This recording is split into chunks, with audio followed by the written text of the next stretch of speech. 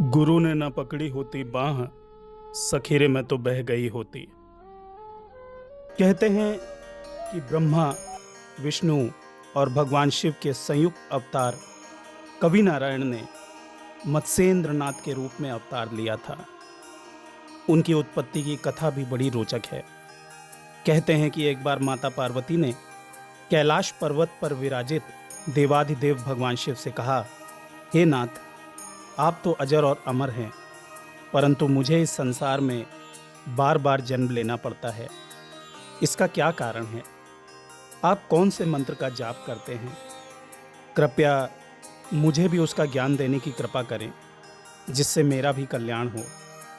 यह सुनकर महादेव ने कहा, हे पार्वती, आवागमन के बंधन से मुक्त करके अजर अमर कराने वाला जो जाप अथवा मंत्र है, वह परम गुप्त है।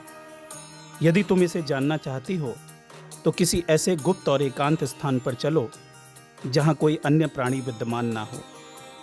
वहीं मैं तुम्हें इस ज्ञान से अवगत कराऊंगा।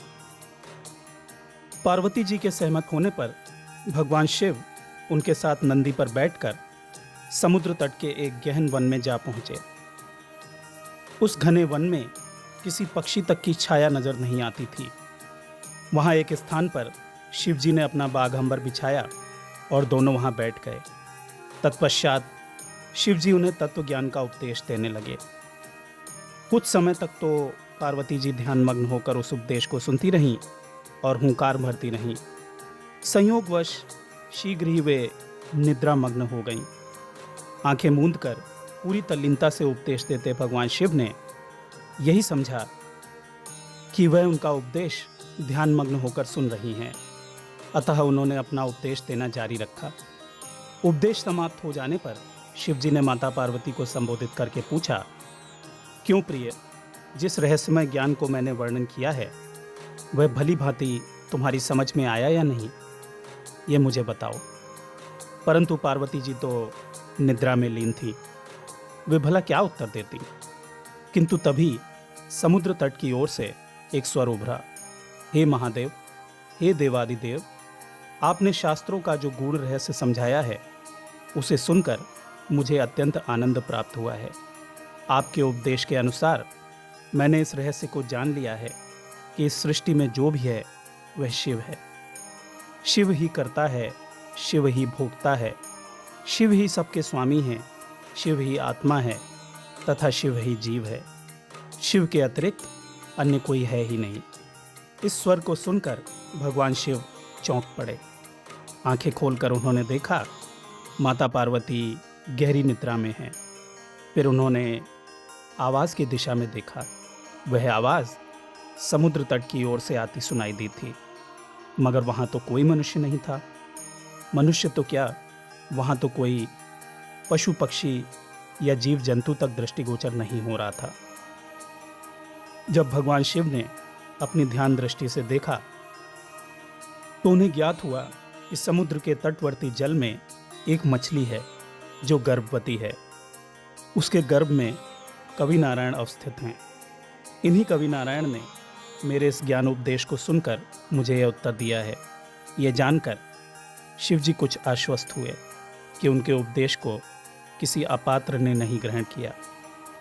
फिर उन्होंने मत्स्य गर्भ में स्थित कवि नारायण को संबोधित करते हुए कहा, हे कवि नारायण, आपने मेरे इस रहस्यपूर्ण ज्ञानोपदेश को भली भांति समझ लिया। यह जानकर मैं अत्यधिक प्रसन्न हूँ, क्योंकि आप तत्व ज्ञान प्राप्त करने के योग्य हैं। हे कवि नारायण, आप इस समय गर्भ में स्थित हैं, अतः इस समय इस तत्व ज्ञान का मनन करते रहिएगा।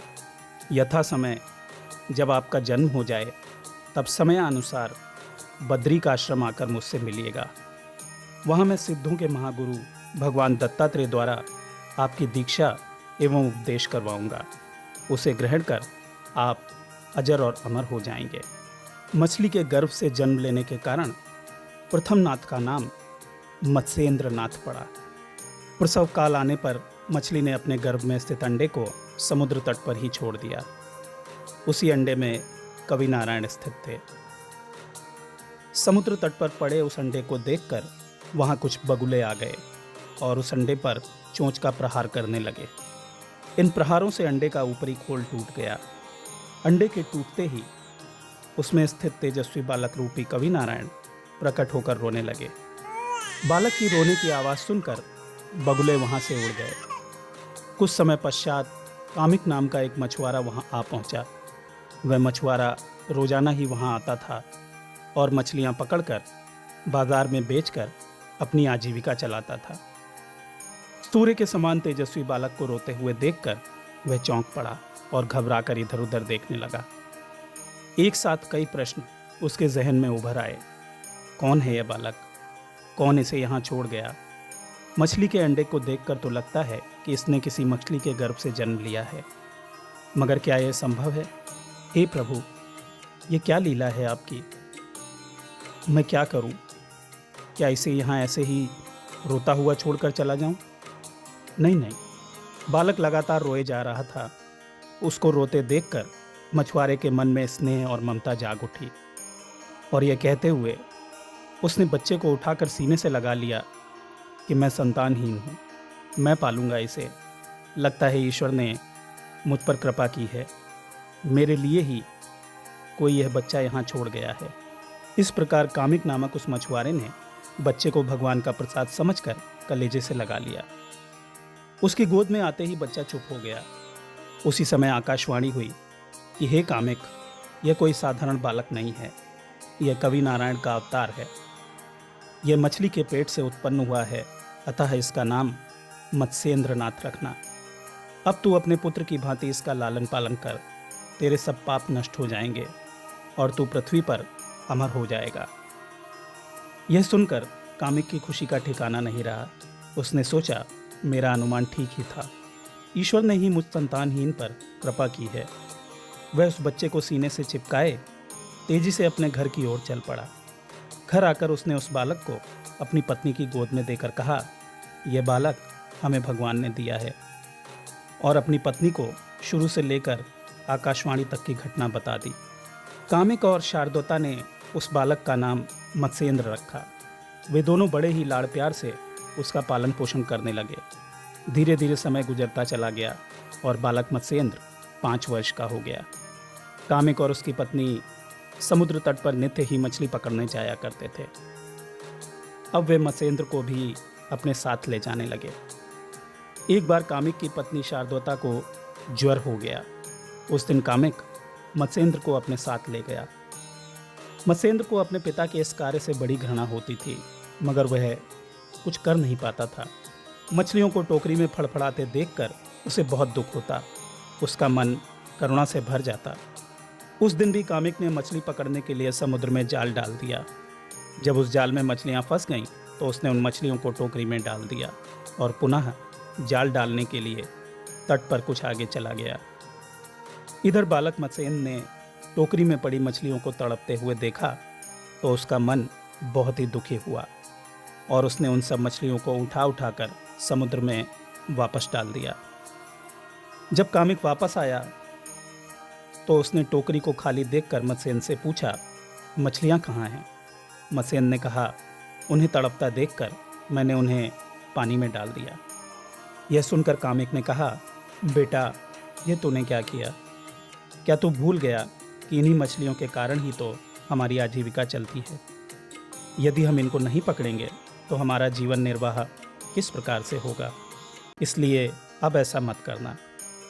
यह कहकर कामिक ने जाल में लाई मछलियाँ टोकरी में डाल दी और पुनः मछली पकड़ने समुद्र की ओर चला गया। इधर मत्स्येंद्र ने सोचा कि मेरे पिता तो यह काम करना छोड़ेंगे नहीं और मैं इन मछलियों को इस तरह से देख नहीं सकता, अतः मुझे यहाँ से कहीं और चले जाना चाहिए। यह सोचकर मत्स्येंद्र एक ओर चल दिया। उधर समुद्र तट पर बैठा कामिक मछलियाँ पकड़ने में व्यस्त था, इसलिए उसे मत्स्येंद्र के जाने का पता नहीं चला। कुछ समय पश्चात जब कामिक वापस आया तो उसने देखा कि वहाँ दूर दूर तक कहीं भी मत्स्येंद्र दिखाई नहीं दे रहा है।